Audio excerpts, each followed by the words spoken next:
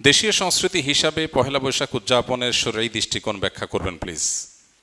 দেখুন, ইসলামে একজন মানুষকে বেঁচে থাকার জন্য আনন্দ, বিনোদন এবং সাংস্কৃতিক যে আয়োজন আছে সেগুলোকে ইসলাম মৌলিকভাবে নিষেধ করে না।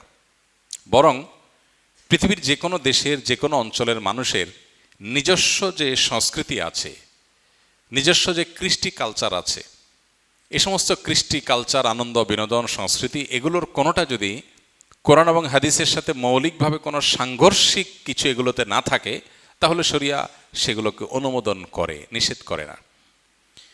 যেমন আমাদের নবী করিম সাল্লাল্লাহু আলাইহি সাল্লাম মক্কায় এবং মদিনায় তার এই উভয় জীবনে মক্কার এবং মদিনার মানুষদের আবহমান কাল থেকে চলে আসা অনেক কৃষ্টি কালচার আছে যেগুলোকে তিনি অস্বীকার করেননি, যেগুলোর সাথে কোরআন এবং হাদিসের কোনো সংঘর্ষ নেই।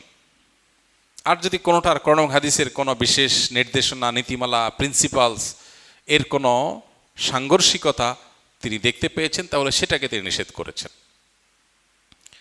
আরবের মানুষের বহু কৃষ্টি কালচারকে নবী করিম সাল্লাল্লাহু আলাইহি সাল্লাম মৌন সম্মতির মাধ্যমে অনুমোদন করেছেন, কারণ সেগুলোর সাথে কোরআন হাদিসের কোনো সাংঘর্ষিকতা পাওয়া যায়নি। আমাদের দেশে এরকম অনেক কৃষ্টি কালচার গ্রাম বাংলায় ছিল, এখনও অনেকগুলো আছে। যেমন একটা অত্যন্ত পরিচিত উৎসব, একটা সংস্কৃতি আমাদের সমাজের গ্রাম বাংলার ছিল, সেটা হলো নবান্ন উৎসব।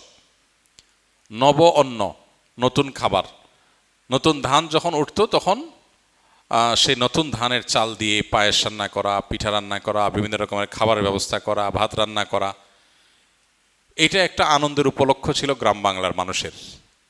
ঘরে ঘরে ধান উঠেছে, সে উপলক্ষে রান্না বাড়া এবং খাবার দাবার ব্যবস্থা করা। এই নবান্ন উৎসব এখানে এমন কিছু নাই যেটা আসলে শরিয়া নিষেধ করেছে। অতএব শরিয়া দৃষ্টিকোণ থেকে এটা নাজায়েজ কোনো বিষয় না, আমরা সেটা করতেই পারি। এরকম অনেক উৎসব আছে যে উৎসবগুলোকে শরিয়ার দৃষ্টিকোণ থেকে নিষিদ্ধ বলার কোনো সুযোগ নাই। পহেলা বৈশাখের কথা যদি আমরা বলি, তাহলে সেক্ষেত্রে আমরা দেখতে পাই পহেলা বৈশাখ এটা আসলে বাংলাদেশের বা বাঙালি জাতির আবহমানকাল থেকে চলে আসা কোনো কালচার কি না। পহেলা বৈশাখের যে রূপ আমরা দেখতে পাই এখন, এটা তো শুরু হয়েছে 1989 সাল থেকে। ধাপে ধাপে এটা পরিবর্তিত হয়েছে, সেটা আমরা জানি সবাই। বাট এটার একেবারে প্রাচীন রূপ যদি আমরা দেখি পহেলা বৈশাখের, তাহলে দেখতে পাই পহেলা বৈশাখ উপলক্ষে মূলত জমিদারি প্রথা যখন চালু ছিল এ অঞ্চলে, তখন জমিদাররা বছরের যে খাজনা নিত কৃষকদের কাছ থেকে, এই খাজনা তোলার শেষে বছরের প্রথম দিনে তারা এই পহেলা বৈশাখে তারা একটু মিষ্টি মন্ডা প্রজাদেরকে খাওয়াতো। তাহলে এটা ছিল খাজনা উত্তোলন উৎসব, যেটা করতো জমিদারেরা। জমিদার প্রথা বিলুপ্ত হয়ে যাওয়ার পর এই খাজনা উত্তোলন প্রথাও বিলুপ্ত হয়ে গেছে। এরপরে পহেলা বৈশাখের দ্বিতীয় ধাপে যে কালচারটা আমরা আমাদের শৈশব থেকে দেখে বড় হয়েছি গ্রাম বাংলায়, সেটা হলো গ্রামে শহরে সব জায়গায় একটা কালচার ছিল, সেটা হলো হাল খাতা।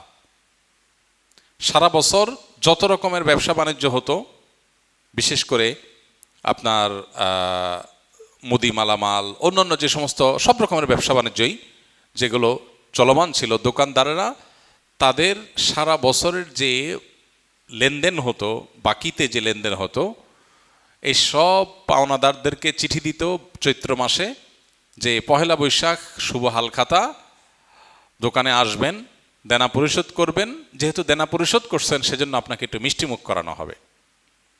এই হাল খাতার কালচার গ্রামে শহরে সব জায়গায় ব্যাপকভাবে আমাদের দেশে প্রতিষ্ঠিত ছিল। সারা বছরের দেনা পহেলা বৈশাখে এসে পরিষ্কার করে, ক্লিন করে, নতুন করে আবার খাতা খোলা হতো। এই জন্য এটার নাম ছিল হাল খাতা।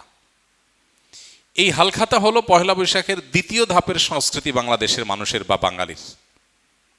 এরপরে 1989 সালে মূলত ঢাকা ইউনিভার্সিটির চারুকলা ইনস্টিটিউট থেকে কিছু শিক্ষক শিক্ষার্থীদের উদ্যোগে সর্বপ্রথম পয়লা বৈশাখ উপলক্ষে যে শোভাযাত্রা বের করা হয়, সেই শোভাযাত্রার নাম ছিল কি? আনন্দ শোভাযাত্রা। কিছুদিনের মধ্যেই সেটার নাম পরিবর্তন হয়ে গেল মঙ্গল শোভাযাত্রা। তারপরে আবার সেটা পরিবর্তিত হয়ে এখন বৈশাখী শোভাযাত্রা বা অন্য কোনো নাম পর্যন্ত হয়তো এসে ঠেকেছে। এই যে মঙ্গল শোভাযাত্রা, যেটি পহেলা বৈশাখ উপলক্ষে দীর্ঘ বেশ অনেক বছর যাবৎ খুব ঘটা করে প্রতিপালিত হয়েছে আমাদের সমাজে, এটা প্রথম কথা হলো বাংলাদেশের মানুষের বা বাঙালি জাতির আবহমান কাল থেকে চলে আসা কোনো কালচার না। কৃষ্টি বা কালচার কোনো কলেজ বিশ্ববিদ্যালয় থেকে পরিকল্পিতভাবে নোট লেখে একদম সাজিয়ে গুছিয়ে কোনো কৃষ্টি বা কালচার এভাবে শুরু হয় না।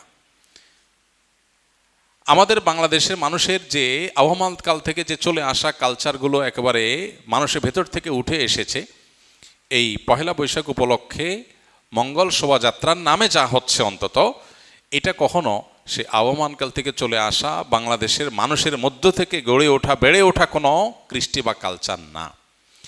এটা হলো প্রথম কথা। দ্বিতীয় কথা হলো যে এই পহেলা বৈশাখের মঙ্গল শোভাযাত্রাকে ঘিরে যত আয়োজন হয়ে থাকে, বিশেষ করে মঙ্গল শোভাযাত্রা যে বিভিন্ন প্রাণীর মুখোশ এবং বিভিন্ন রকমের প্রাণীর ভাস্কর্য এটা নিয়ে যে র্যালি বের করা হয়ে থাকে, খুব সচেতনভাবে আপনি লক্ষ্য করলে দেখতে পাবেন এখানে পেঁচা, ইঁদুর, হাঁস, ময়ূর এমন কিছু প্রাণীর মুখোশ সেখানে খুবই পরিকল্পিতভাবে ব্যবহার করা হয়, প্রদর্শন করা হয়, যেগুলো একটা বিশেষ ধর্মের মানুষের ধর্মীয় বিশ্বাসের সাথে সংশ্লিষ্ট, যেগুলোর অনেকগুলোই হিন্দুদের বিভিন্ন দেবতার বাহন হিসাবে হিন্দু ধর্মে এটি প্রতিষ্ঠিত।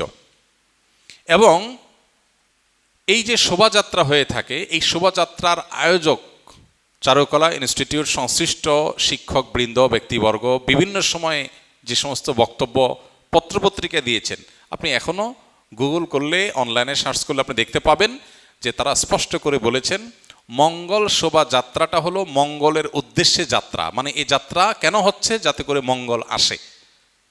তো একজন ঈমানদার তিনি মঙ্গল আসার জন্য দোয়া করবেন আল্লাহর কাছে, আর চেষ্টা করবেন, পরিশ্রম করবেন। প্রতিদিন প্রতি ওয়াক্ত নামাজে আল্লাহ আমাদেরকে মুয়াজ্জিনের মাধ্যমে ডাক দিচ্ছেন, হাইয়া আলাস সালাহ হাইয়া আলাল ফালাহ, মঙ্গলের পথে আসো। প্রতিদিন 5 বার ডাকা হচ্ছে সালাতে আসার, আল্লাহর কাছ থেকে দোয়া করে প্রার্থনা করে মঙ্গল চাওয়ার নির্দেশ আমাদেরকে দেয়া হচ্ছে। সেখানে এই বিশেষ প্রাণীর মুখোশ এটা ধারণ করার, র্যালিতে নিয়ে বের করার মধ্য দিয়ে মঙ্গল আসতে পারে বা মঙ্গল এভাবে আহ্বান করে মঙ্গল আনা যেতে পারে, এরকম বিশ্বাস করা ঈমানের সাথে অসঙ্গতিপূর্ণ। ঠিক সে একইভাবে ঈমান এবং ইসলামের দৃষ্টিকোণ থেকে আমরা দেখি আল্লাহ রাব্বুল আলামিন পাপিষ্ঠদেরকে কিয়ামতে শাস্তি দিবেন জাহান্নামের আগুন দ্বারা। এটা শাস্তির মাধ্যম। অগ্নি স্নানে সূচি হোক ধরা, এই বিষয়গুলোকে সামনে রাখলে স্পষ্ট হয় যে এটা আসলে মুসলমানদের ওপর চাপিয়ে দেওয়া একটা সংস্কৃতি, যেটা মূলত অনেক ক্ষেত্রে হিন্দু ধর্মের মানুষদের সংস্কৃতি, সেটা মুসলমানদের উপরে চাপিয়ে দেওয়া হচ্ছে। পহেলা বৈশাখকে ঘিরে, মঙ্গল শোভাযাত্রাকে ঘিরে যে কালচার, যে কৃষ্টি আমাদের সমাজে আজ পরিচিতি লাভ করেছে, যেটা আমরা মঙ্গল শোভাযাত্রা দেখতে পাই, এইটাতে আপনি যে সমস্ত উপাদান দেখতে পাবেন, এগুলো মূলত একটা বিশেষ ধর্মের মানুষের ধর্মীয় বিষয় আশয়, সেগুলোকে বাঙালি সংস্কৃতির নামে আমাদের সমাজে গেলানো হচ্ছে। খুবই দুর্ভাগ্যজনক বাস্তবতা। নবীজি বলেছেন, মান তাশাব্বাহা বিকওমিন ফাহুয়া মিনহুম, যে ব্যক্তি কোনো জাতির সাথে সাদৃশ্য গ্রহণ করবে সে তাদের অন্তর্ভুক্ত হয়ে যাবে। অতএব এরপরও যদি কোনো মানুষ, কোনো মুসলমান যদি বিভ্রান্তিতে থাকেন, তাহলে তাকে আল্লাহর উপর ন্যস্ত করা ছাড়া আর কিচ্ছু করার নেই। আমাদের দায়িত্বশীল ব্যক্তিগর্বের প্রতি আমাদের উদাত্ত আহ্বান থাকবে, তারা অবশ্যই আমাদের দেশের সংস্কৃতিকে ধারণ করবেন, সেটার প্রচার করবেন, আমরা সেটা ধারণ করব, প্রচার করব। কিন্তু আরোপিত দেশের সংস্কৃতির নামে আরোপিত ভিন্ন ধর্মের বিশ্বাস, চিন্তা, চেতনা, কৃষ্টি, কালচারকে মুসলমানদের মধ্যে গেলাবার চেষ্টা, এটা খুবই দুর্ভাগ্যজনক একটা বিষয়। এটা বন্ধ হওয়া উচিত এবং এটার ব্যাপারে আমাদের সচেতন হওয়া উচিত। আল্লাহ আমাদের সচেতন থাকার তৌফিক দান করুন।